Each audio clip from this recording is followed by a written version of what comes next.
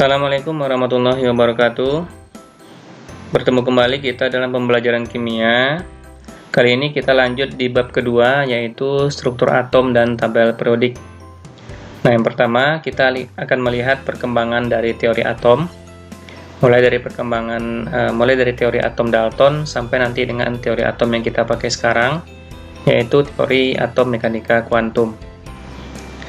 Nah, teori atom ini selalu berkembang seiring juga dengan perkembangan ilmu pengetahuan yang ada pada masa itu.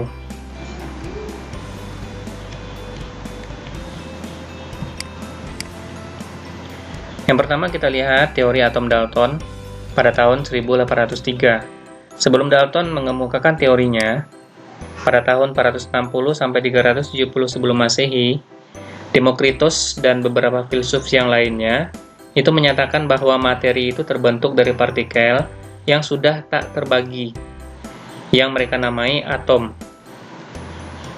Berasal dari bahasa Yunani, atomos, yang artinya tak terbagi. Di masa yang sama, Plato dan Aristoteles berpendapat sebaliknya. Mereka berpendapat bahwa tidak ada yang tidak terbagi. Oleh karena Aristoteles termasuk orang yang sangat berpengaruh, maka gagasan tentang atom memudar dan tidak mengalami perkembangan selama berabad-abad. Nah, pada tahun 1774, Antoine Laurent Lavoisier, seorang kimiawan asal Prancis, menemukan bahwa dalam reaksi kimia tidak terjadi perubahan massa. Penemuan ini kita kenal dengan hukum kekekalan massa. Kemudian Joseph Louis Proust, juga berasal dari Prancis, menemukan hukum perbandingan tetap yang menyatakan bahwa unsur-unsur bergabung dengan perbandingan tertentu. Nah, dari ilmu-ilmu yang sudah berkembang sebelumnya, pada tahun 1803, Dalton mengemukakan teori atom Dalton yang kita kenal dengan model atom bola pejal. Teorinya adalah yang pertama, materi terdiri atas partikel-partikel terkecil yang tidak dapat dibagi lagi disebut dengan atom. Jadi menurut Dalton, atom adalah bagian terkecil yang ada dalam satu materi yang tidak bisa dibagi lagi. Yang kedua, atom satu unsur sama dalam segala hal, tetapi berbeda dari atom unsur lain. Jadi kalau karbon berarti dia atom unsurnya karbon semua. Besi memiliki atom unsur besi semua. Yang ketiga, atom dapat bergabung satu sama lain secara kimia membentuk molekul dengan perbandingan sederhana. 4. Atom satu unsur tidak dapat diubah menjadi atom lain, serta tidak dapat diciptakan dan dimusnahkan. Jadi tidak mungkin besi kita rubah menjadi emas ya. Besi tetaplah besi, emas tetaplah emas. Nah, ini adalah teori atom Dalton. Teori ini juga memiliki kelebihan dan kelemahan. Kelebihan teori atom Dalton bisa menjelaskan hukum kekekalan massa, bisa menjelaskan hukum perbandingan tetap. Kekurangannya, yang pertama tidak dapat menjelaskan perbedaan antara atom unsur satu dengan yang lainnya. Yang kedua, tidak dapat menjelaskan sifat kelistrikan materi. Dan yang ketiga, tidak dapat menjelaskan cara atom-atom saling berikatan. Teori kedua, teori atom Thomson. Pada tahun 1886, Eugen Goldstein menemukan partikel yang dinamakan dengan proton. Kemudian pada tahun 1897, J.J. Thomson sendiri menemukan elektron dengan melakukan percobaan tabung sinar katode. Di gambar A, itu bisa kita lihat ya, katode itu adalah kutub negatif, ya, sinar yang ditembakkan dari kutub negatif atau katode ke kutub positif. Gambar A menjelaskan sinar katode merambat dengan lurus dari katode menuju anode. Gambar B, sinar katode dapat memutar kincir menunjukkan bahwa sinar katode merupakan radiasi partikel. Jadi ada materi di situ ya, berarti karena dia bisa memutar kincir. Yang gambar C, sinar katode dibelokkan ke kutub positif menunjukkan bahwa partikel sinar katode bermuatan listrik negatif. Di hukum fisika kita sudah mempelajari bahwasanya ketika muatan yang sejenis bertemu maka akan tolak-menolak dan muatan berlawanan jenis akan saling tarik-menarik. Nah, di gambar C kita bisa lihat sinar katode itu adalah dibelokkan ke kutub positif. Artinya apa? Nah, berarti kesimpulannya sinar katode bermuatan negatif. Makanya dia dibelokkan ke muatan yang berlawanan adalah kutub positif. Jadi dia dibelokkan ke kutub positif. Kesimpulannya berarti ada sinar yang bermuatan negatif yang disebut dengan elektron. Nah, Thomson mengemukakan teorinya yang dikenal sebagai model atom roti kismis. Menurut Thomson, atom adalah partikel berbentuk bulat bermuatan positif yang di permukaannya tersebar elektron-elektron bermuatan negatif.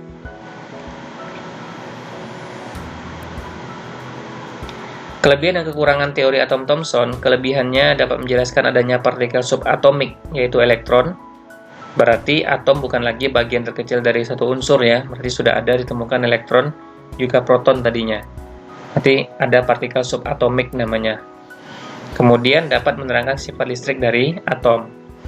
Yang kekurangannya adalah tidak dapat menjelaskan susunan muatan positif dan negatif dalam atom. Jadi apakah tersebar begitu saja? Seperti roti kismis tidak ada aturannya, itu yang belum bisa dijelaskan oleh Thomson. Seiring dengan perkembangan ilmu pengetahuan, ya, teori atom Rutherford yang ketiga, karena Rutherford melakukan percobaan dengan menembakkan partikel alfa pada lempengan emas. Nah, ini adalah model 3 dimensi percobaan Rutherford. Sinar alfa adalah sinar positif. Sinar ini ditembakkan ke lempeng emas. Kemudian bisa kita lihat ada 3 kejadian. Yang pertama ada A, namanya sinar diteruskan, yang B namanya sinar dibelokkan, dan C, sinar dipantulkan. Kalau kita lihat di gambar 2 dimensinya, ya A ya, diteruskan saja, tidak mengenai suatu bidang apapun. Yang B, ini dibelokkan dia, mengenai, mendekati ya, kemudian dibelokkan. Kemudian yang C dia mengenai dan dipantulkan. Sama seperti hukum fisika tadi, karena sinar alfa itu adalah sinar positif, kemudian dia mengenai suatu di pusat suatu materi, dia bisa dibelokkan, maka kemungkinan pusat atau intinya itu bermuatan juga positif. Karena muatan yang sama pasti akan tolak-menolak. Nah, ini hasilnya sebagian besar partikel alfa diteruskan karena melalui ruang hampa bagian A, yang sinar A tadi. Sinar B yang dibelokkan, sebagian kecil partikel alfa dibelokkan karena mendekati inti atom. Sedangkan yang C, beberapa partikel alfa dipantulkan karena menuju inti atom bermuatan positif dan sangat kejal.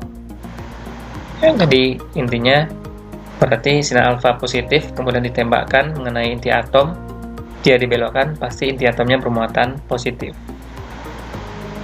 Nah, makanya dengan penemuan tersebut ya, fakta tersebut itu berbeda ya dengan model atom yang ditemukan oleh Thomson, yaitu atom digambarkan bersifat homogen di seluruh bagiannya, tidak mengindikasikan adanya bagian yang lebih padat.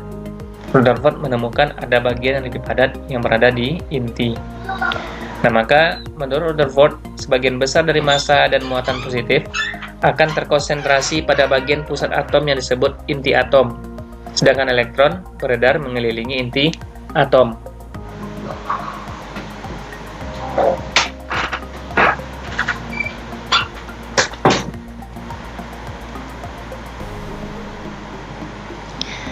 Kelebihan teori atom Rutherford mengemukakan keberadaan partikel positif dalam atom dan merupakan pusat massa dari atom yang kita namakan dengan inti atom ya.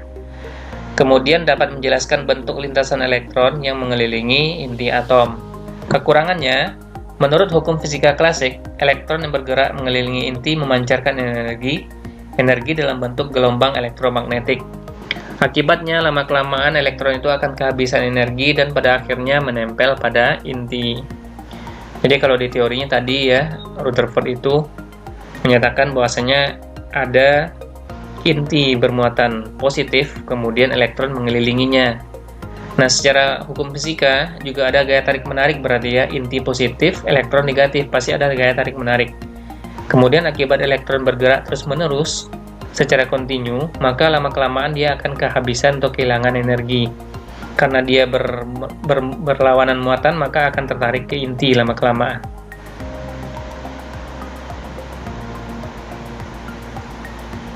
Nah, ini yang belum mampu dijelaskan oleh Rutherford. Yang kedua, belum mampu menjelaskan letak elektron dan cara rotasinya terhadap inti atom. Dan yang ketiga, tidak dapat menjelaskan spektrum garis pada atom hidrogen.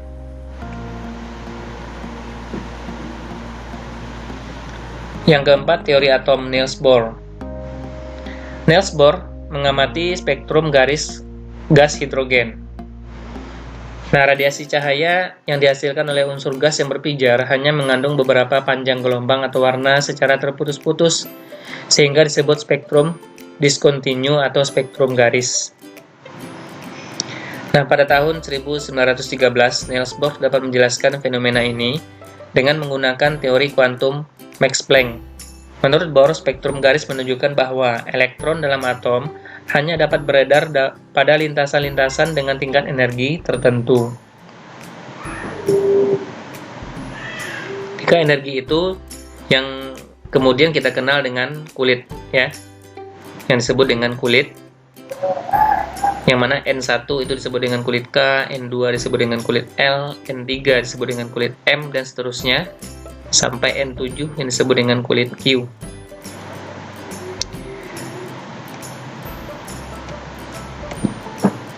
Nah, menurut Niels Bohr juga, elektron itu juga bisa berpindah dari satu kulit ke kulit lainnya. Jadi ketika keadaan elektron itu mengisi kulit-kulit dengan tingkat energi terendah, itu disebut dengan tingkat dasar atau ground state. Misalkan dia mengisi kulit pertama atau kulit kedua, maka itulah posisi dasarnya. Dan masing-masing kulit itu sudah mempunyai energi masing-masing. Makanya elektron itu bisa mengelilingi inti itu karena sudah ada energi pada masing-masing kulit. Nah, itu tadi yang tidak bisa dijelaskan oleh Rutherford. Nah, elektron berpindah, ketika elektron berpindah dari kulit yang lebih rendah ke kulit yang lebih tinggi, maka dia perlu untuk menyerap energi. Menyerap energi sejumlah tertentu, nah itulah yang disebut dengan keadaan tereksitasi. Sedangkan sebaliknya, ketika elektron berpindah dari kulit yang lebih tinggi ke kulit lebih rendah, maka dia perlu melepaskan sejumlah energi atau yang disebut dengan pemancaran radiasi. Nah, berapakah energi yang diperlukan untuk dipancarkan? Itu sebanyak delta E sama dengan HNU atau delta E sama dengan HC per lambda dan seterusnya. Ini rumus fisika. Kita bisa lihat di sini, kulit pertama N1, kulit kedua N2, dan kulit ketiga N3 atau kulit KLM. Masing-masingnya memiliki energi. Kulit pertama E1, kulit kedua energi 2, kulit ketiga energi 3, yang mana E1 lebih kecil dibandingkan E2, lebih kecil dengan E3 dibandingkan E3. Artinya apa? Semakin tinggi N atau semakin di luar posisi kulit, maka energinya semakin tinggi. Maka kalau elektron yang berpindah dari kulit rendah ke tinggi, dia perlu menyerap sejumlah energi. Sebaliknya, kalau elektron yang berpindah dari kulit tinggi ke rendah, maka dia perlu melepaskan sejumlah energi. Nah, kemudian Bohr mengambil kesimpulan, teorinya yang pertama, elektron bermuatan negatif mengelilingi inti atom pada suatu lintasan tertentu yang stasioner atau tetap, yang disebut dengan orbit atau kulit. Semakin jauh letak kulit dari inti, semakin tinggi tingkat energinya. 2. Selama bergerak, elektron tidak menyerap atau memancarkan energi. 3. Elektron dapat berpindah dari suatu tingkat energi ke tingkat energi lainnya. Jika berpindah ke tingkat energi yang lebih tinggi, elektron akan menyerap energi. Sebaliknya, jika beralih ke tingkat energi lebih rendah, elektron akan memancarkan energi.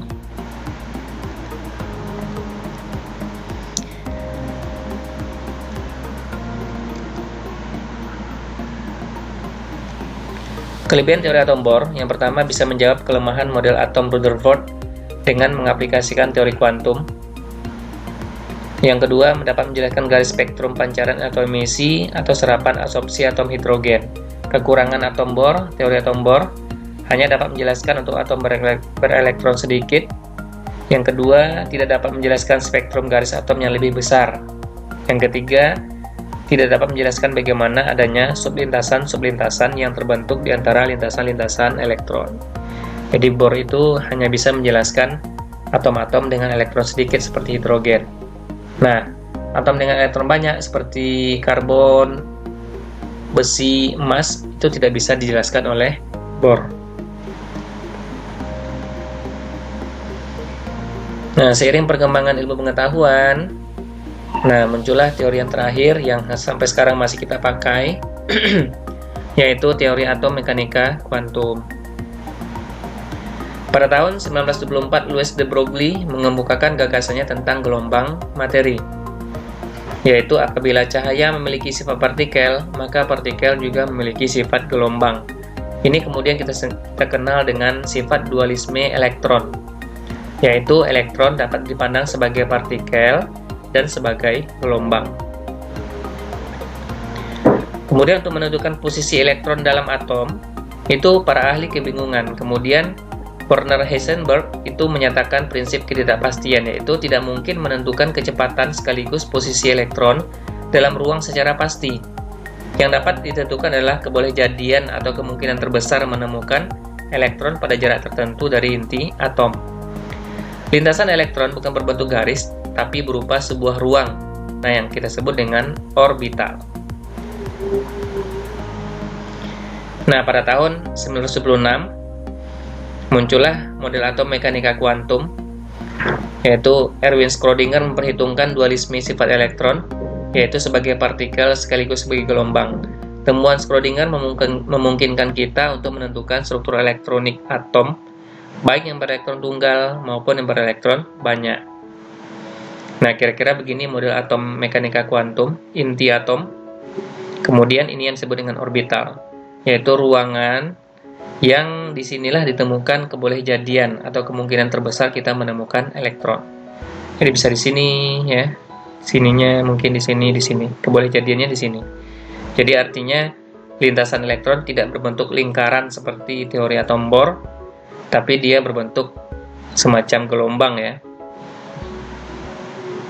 ruangan semacam gelombang yang disebut dengan orbital. Nanti untuk menentukan secara pasti posisi elektron, kita akan mengenal namanya bilangan-bilangan kuantum. Ada bilangan kuantum utama, bilangan kuantum azimut, bilangan kuantum magnetik, bilangan kuantum spin. Ini akan kita pelajari nanti di konfigurasi elektron atau penyebaran elektron ataupun komposisi elektron di dalam suatu atom, penyebaran elektron dalam atom. Inilah teori yang kita pakai hingga sekarang. Kemudian kita lihat partikel-partikel subatomik. Ya, seperti yang sudah dijelaskan tadi, ternyata atom bukanlah bagian terkecil, tapi masih ada partikel subatomik. Yang pertama adalah elektron, ditemukan oleh J.J. Thomson, muatannya negatif, posisinya di kulit atom. Kedua, proton, ditemukan oleh Ernest Rutherford, muatan positif, letaknya di inti atom. Yang ketiga, neutron, dilambangkan dengan N, penemunya James Chadwick, muatan netral, posisinya juga di inti atom. Jadi ada di kulit, ada di inti atom. Yang ada di inti atom, yaitu proton dan neutron, itu kita sebut dengan nukleon atau inti atom. Jadi partikel subatomik ada 3. Proton dan neutron berada di inti, yang kita sebut dengan nukleon, sedangkan elektron berada di kulit. Kemudian kita lihat juga notasi susunan atom. Ini notasi atom ya, A, X, Z. X itu adalah lambang atom atau lambang unsur. Z itu adalah nomor atom. Nomor atom itu akan sama dengan jumlah proton, akan sama juga dengan jumlah elektron. Dan yang terakhir, A adalah nomor massa, itu akan sama dengan jumlah proton tambah dengan jumlah neutron. Jadi kalau kita ingin menentukan jumlah neutron, berarti nomor massa dikurang dengan jumlah proton, atau A dikurang dengan Z. Contohnya kita punya atom fluor, lambang atom F ya, golongan 7A, halogen. Nomor atomnya 9, kemudian nomor massanya adalah 19. Dari sini kita bisa menghitung jumlah elektron sama dengan jumlah proton, yaitu sama dengan Z ya, sama dengan nomor atomnya, sama dengan 9. Jumlah proton dan jumlah elektronnya sama dengan 9. Sedangkan jumlah neutron adalah selisih antara nomor massa dan nomor atom, yaitu A kurang Z, 19 kurang 9 sama dengan 10. Gitu ya, jadi dalam satu atom, dalam satu notasi atom kita bisa menentukan jumlah proton, jumlah elektron, dan jumlah neutronnya. Untuk fluor, berarti jumlah elektronnya 9, jumlah protonnya 9, dan jumlah neutronnya adalah 10. Sekian dulu video pembelajaran kita kali ini. Semoga bermanfaat. Assalamualaikum warahmatullahi wabarakatuh.